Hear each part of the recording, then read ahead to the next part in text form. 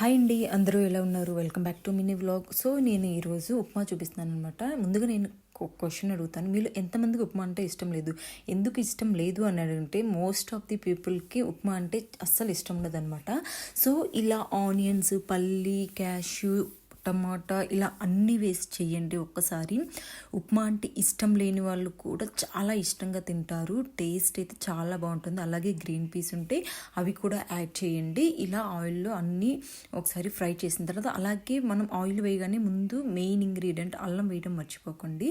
అది చాలా ఫ్లేవర్ ఇస్తుంది అనమాట. సో ఇలా అన్నీ వేసిన తర్వాత రుచికి సరిపడా ఉప్పు వేసుకొని అన్నీ మనకి ఫ్రై అయిన తర్వాత మనం తీసుకున్న క్వాంటిటీకి 1-2 చొప్పున అలాగే ఒక హాఫ్ గ్లాస్ ఎక్స్ట్రా యాడ్ చేసుకొని మనం వాటర్ బాయిల్ చేసుకొని ముందుగా ప్రిపేర్ చేసుకున్న మనం ఉప్మా రవ్వను వేస్తే ఎంతో టేస్టీ రుచికరమైన ఉప్మా అయితే రెడీ అయిపోయిందనమాట. సో దీంట్లో ఫైనల్ టచ్ మనం ఆనియన్స్, కొత్తిమీర కూడా యాడ్ చేసుకోవచ్చు.